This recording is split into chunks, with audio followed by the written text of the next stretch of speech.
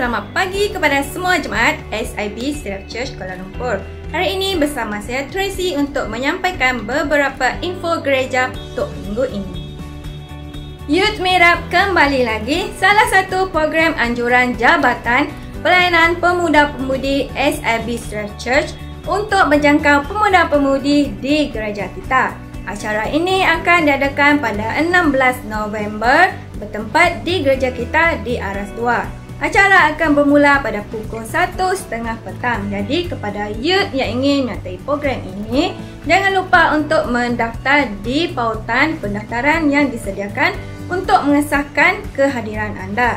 Tarikh akhir pendaftaran adalah pada 13 November 2025. Jadi kepada semua youth, jangan lepaskan peluang ini untuk bersama-sama berhubung, berdoa dan bertumbuh bersama-sama di dalam Kristus. Tuan Rumah Ministry Zone 2 akan menganjurkan Christmas Party pada 23 November ini bertempat di gereja kita.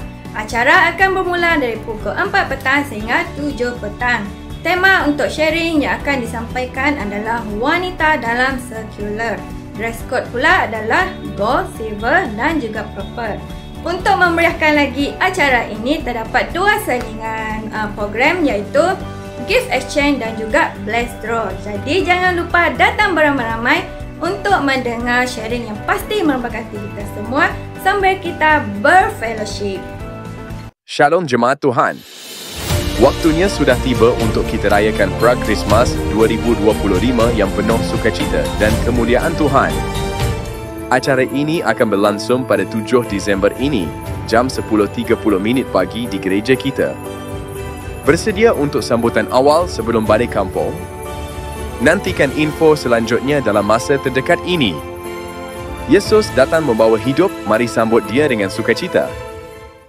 Baiklah, sekian saja info-info untuk minggu ini.